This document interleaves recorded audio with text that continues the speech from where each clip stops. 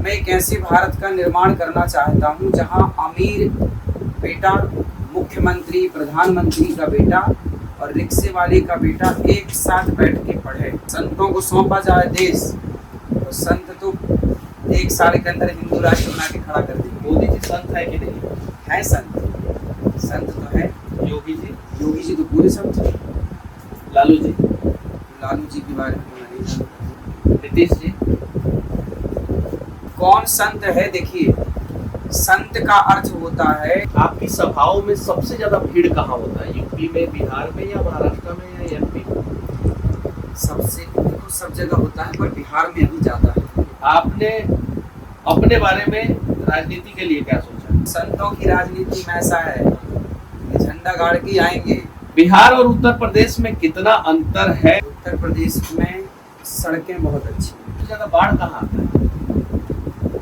सबसे ज्यादा बाढ़ मैंने सुना है बिहारियों के मुंह से। जनसंख्या नियंत्रण कितना जरूरी है? बहुत जरूरी।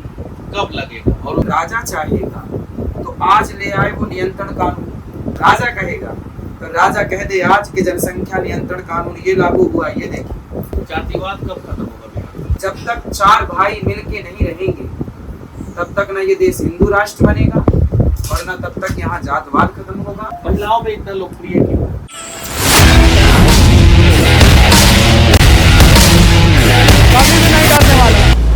अब मैं महाराज जी का क्या परिचय दूं? आप सभी जानते ही होंगे कि वर्तमान समय में पूरे देश में इनकी बातें जो है सबसे ज्यादा महिलाओं के द्वारा सुनी जाती है और युवाओं के द्वारा सुनी जाती है।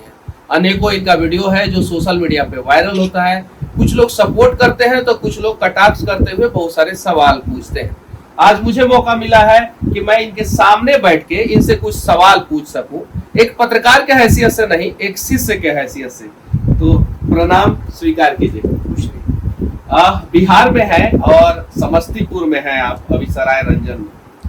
बिहार और उत्तर प्रदेश में कितना अंतर है और क्या क्या परेशानी आपको बिहार में देखने को मिलता है और क्या क्या सुविधाएं आपको उत्तर प्रदेश में मिलता है, इस पे कुछ बताइए आप। उत्तर प्रदेश में सड़कें बहुत अच्छी हैं, 4 लाइन है, अधिकाधिक। बहुत जल्दी आप पहुंच जाते हैं अपने लक्ष्य में, जबकि बिहार में अभी सड़कें बहुत छोटी हैं। बहुत बड़ी सड़कों की आवश्यकता है, 4 लाइनों की बहुत आवश्यकता है अभी बिहार में। दूसरा, यूपी में कोई गुंडा राज नहीं, कोई गुंडा राज नहीं है। आनंद से आप रहो, मस्ती से। जो शासन है वो परफेक्ट। योगी जी का काम ठीक है। यहाँ थोड़ा सा जो मैंने सुना है, चूँकि मैं यहाँ अभी 5 दिन से ही हूँ, जो मैंने लोगों से सुना कि अभी भी यहाँ पे कुछ गुंडे लोग हैं, कुछ धन धान्य से जो परिपूर्ण हैं, जो लोगों को वसूली करते हैं, है ना। कुछ ऐसे लोगों के बारे में मैंने सुना। ये सब नहीं होना चाहिए और हर व्यक्ति को स्वतंत्रता से जीने का अधिकार है। यूपी, उत्तर प्रदेश काफ़ी विकसित हो गया जब से योगी जी आए। क्या महंत को राजनीति में आना चाहिए? अरे नहीं आते तो हालत बुरी थी। आप राजनीति के बारे में क्या सोचते हैं? राजनीति के बारे में ये सोचते हैं कि संतों को राजनीति में आना चाहिए। आपने अपने बारे में राजनीति के लिए क्या सोचा? मैं तो देखिए अभी जब तक सब ठीक चल रहा है तब तक तो मैं कुछ नहीं सोचता, पर जहाँ लगेगा मुझे कि हाँ अब मुझे राजनीति में जाकर केवल ये कार्य करना चाहिए जो कि मैंने अभी आपसे कहा। मैं एक ऐसे भारत का निर्माण करना चाहता हूँ जहाँ अमीर बेटा, मुख्यमंत्री, प्रधानमंत्री का बेटा और रिक्शे वाले का बेटा एक साथ बैठ के पढ़े।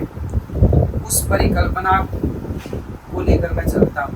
यदि मुझे लगेगा कि कोई मुख्यमंत्री या कोई प्रधानमंत्री भारत को इस दिशा में नहीं ले जा रहा है, तो फिर मुझे जहाँ लगेगा तो वहाँ पर मैं कहूँगा कि आप ये कार्य करो, वरना मुझे खड़ा होना पड़ेगा ये कार्य करने के लिए। किस काम के लिए? शिक्षा पूरे भारत की एक हो, सब अमीर बाप का बेटा हो, गरीब बाप का बेटा हो, सब एक साथ बैठ के पढ़े, एक शिक्षा प्रणाली हो। दूसरा, स्वास्थ्य सबका फ्री हो। बीमारी से ना मरे। 1 रुपए का इलाज हो या 1 लाख का या 10 लाख का, सबका इलाज फ्री। तीसरा, नदियों को नदियों से जोड़ा जाए बिहार के लोग। पूरे भारत।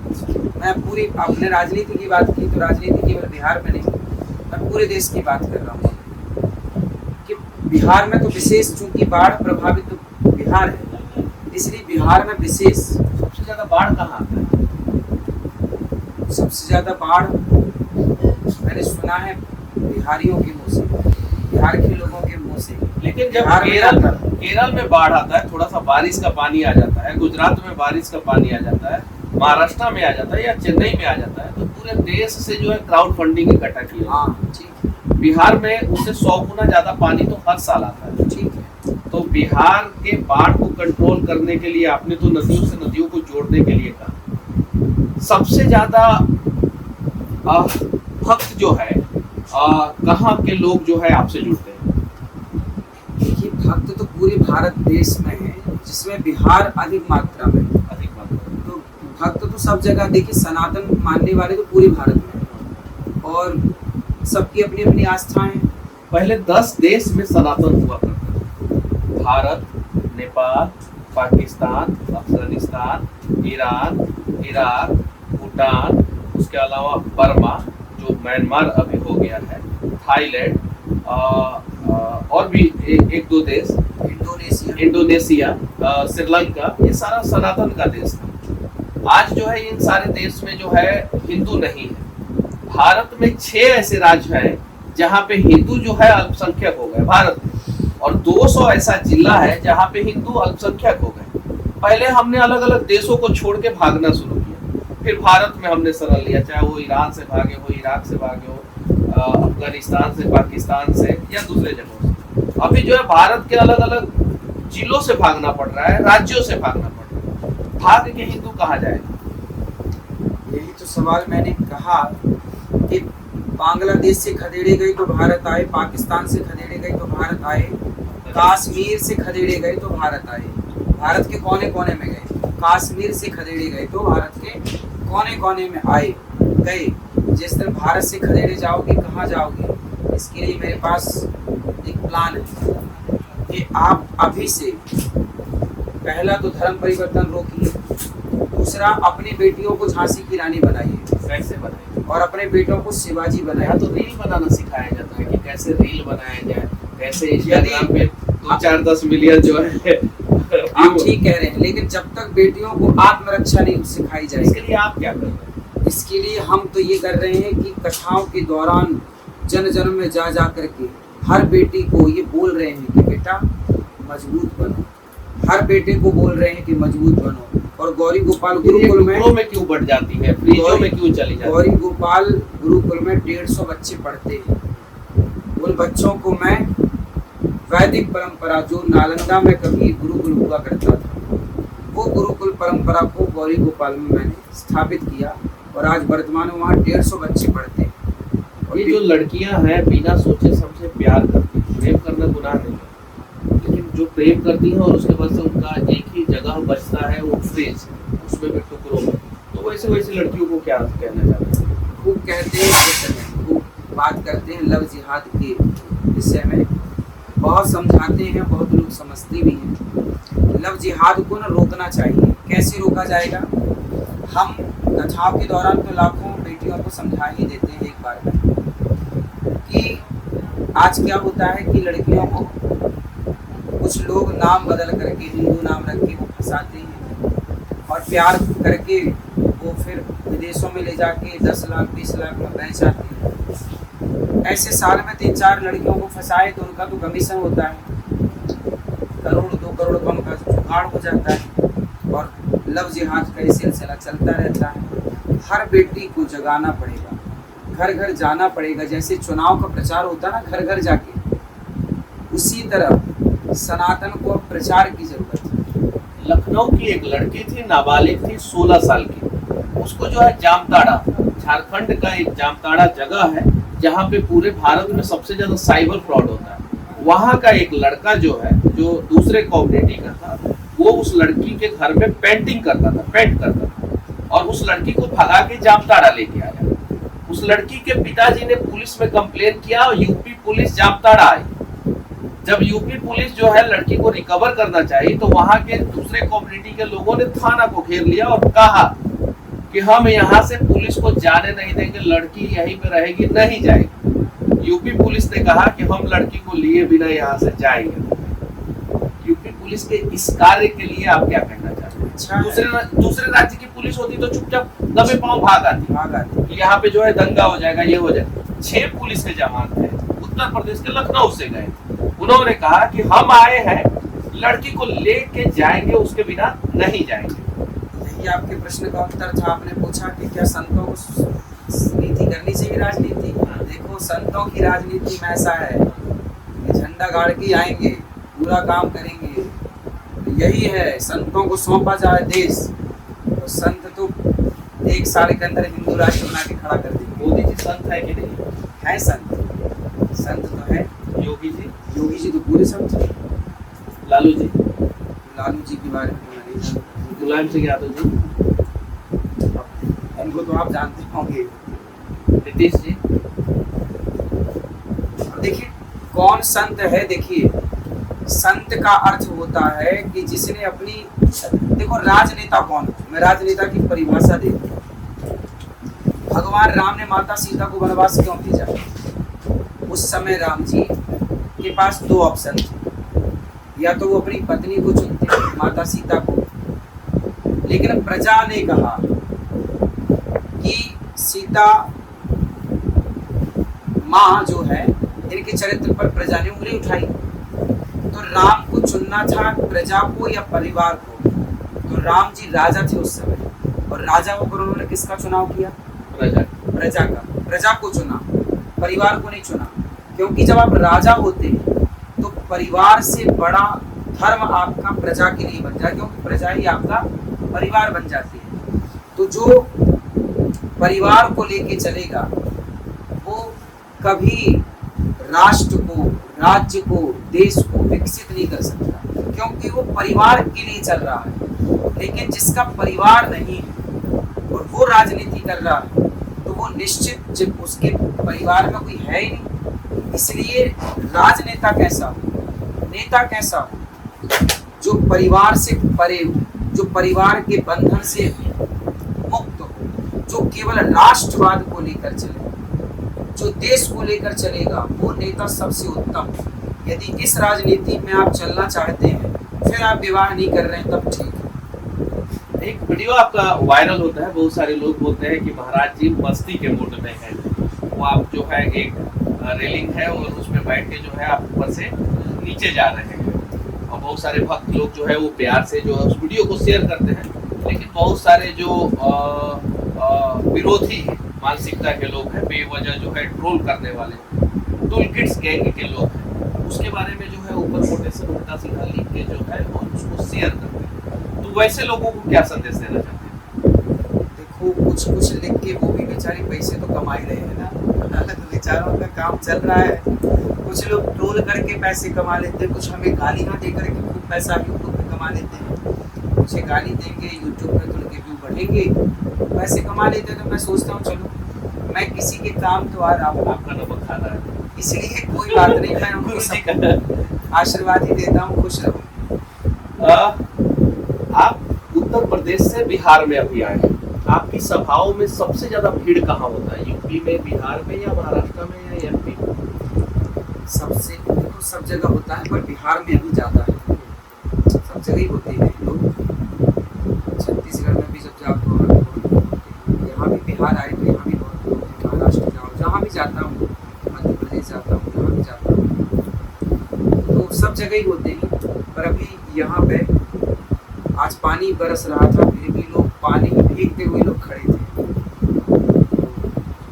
अमन भाई जो है वो 23 साल के हैं, सिर्फ 23 साल के, और उन्होंने जो है आपके जैसे गुरु जी का इतना बड़ा कथा जो है वो आयोजित किया इस क्षेत्र में। वो भी ये ना बिहार की राजधानी है और ना ही district headquarter. District headquarter Samastipur है। इन्होंने सरायरंजन से भी 3 किलोमीटर दूर जो है इस क्षेत्र में जो है आयोजित किया। तो वैसे युवा के हिम्मत और हौसला के लिए क्या कहना चाहिए? बहुत अच्छा है बेटा, ऐसे ही होना चाहिए। ये बेटा केवल अपने परिवार के लिए नहीं, पूरे बिहार के लिए ये प्रेरणा स्रोत है। हर बच्चे को सीखना चाहिए कि वो अच्छे काम करे, तरक्की करे, विकसित हो, और फिर अपने माँ बाप को देखो भागवत सुनवा रहे हैं। माँ बाप को नहीं, पूरे बिहार को, पूरे देश को सबको कथा सुनने का अवसर मिल रहा है। और इसी कथा के दौरान हम गौ माता को राज्य माता या राष्ट्र माता की बातें इस मंच से रख पा रहे हैं। तो ये अच्छी बात है कि एक बेटा एक छोटे से गांव से निकलकर इतनी तरक्की करता है कि सबको सनातन से जोड़ देता है, हिंदी से जोड़ देता है। जनसंख्या नियंत्रण कितना जरूरी है, बहुत जरूरी है। कब लगेगा, और उसके लिए हमारे देश के जो महात्मा हैं, जो महंत हैं, जो महाराज जी हैं, जो गुरु जी हैं, वो लोग जो है बड़ा आंदोलन कब करेंगे? उन्होंने तो जनसंख्या नियंत्रण कर रखा है, जरूरी है देश में। अब आज डेमोग्राफी जो चेंज हो रहा है, देखो कुछ लोग जो है एक बच्चे, ऐसा है ना, देखो ऐसा है कि ये काम संतों का तो कहने का है, पर पावर किसके पास है? राजा के पास। सबसे ज्यादा पावर अगर देश में किसी के पास है तो वो संत के पास है। अगर आप सभी जो है एक साथ एक जगह पे इकट्ठा हो गए, ये हम लोग तो कई बार एक जगह इकट्ठे होके बोल रहे हैं कि गौ हत्या बंद करो, कहाँ बंद हो रही है? हम लोग तो एक साथ इकट्ठा होके बोल रहे हैं कि भाई नदियों को स्वच्छ करो, कहाँ स्वच्छ हो रही है?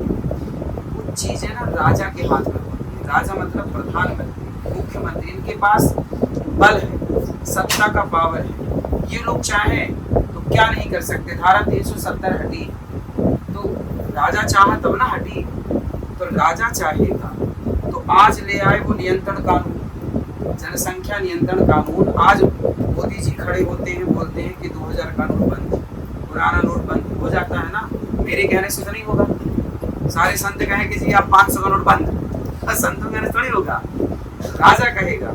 तो राजा कह दे आज के जनसंख्या नियंत्रण कानून ये लागू हुआ, ये देखिए कौन कुछ करने वाला? राजा को कन्विंस तो संत नहीं कर सकते, तो कर तो रहे हैं।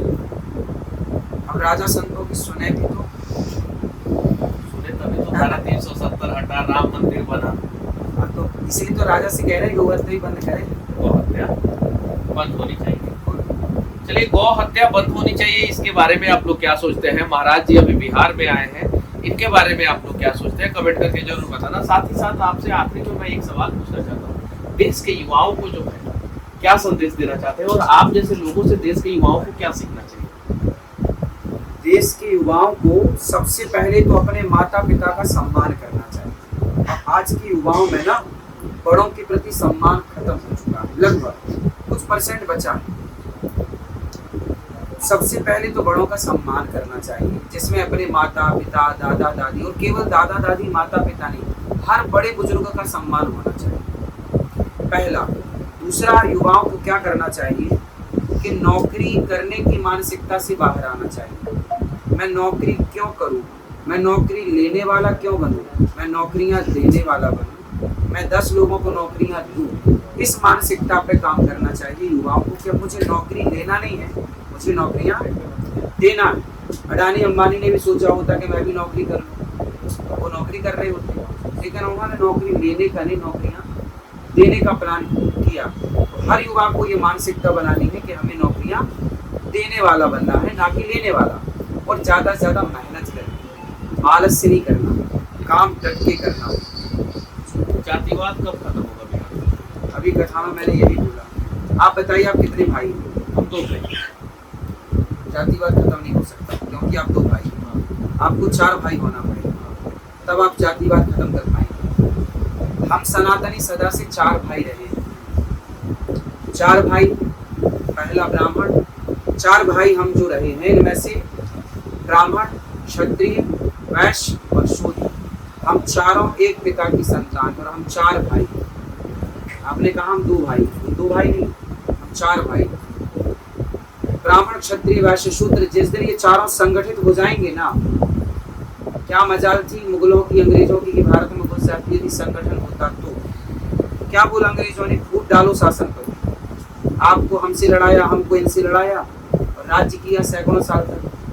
वो राजनीति अभी भी चल रही है जातवाद की। जातवाद खत्म हो, जातियां बनी थी व्यवस्था के लिए। ब्राह्मण व्यवस्था है, क्षत्रिय व्यवस्था है, वैश्य व्यवस्था, शूद्र व्यवस्था है। इन्हें लड़ाई लड़ने के लिए नहीं, ये आपस में संगठित रहो, एक दूसरे की हेल्प करो, आक्रांताओं से लड़ो, संगठित रहो। तो जब तक चार भाई मिलके नहीं रहेंगे तब तक ना ये देश हिंदू राष्ट्र बनेगा, और ना तब तक यहाँ जातवाद खत्म होगा, और ना तब तक एक अच्छा शासन तैयार होगा।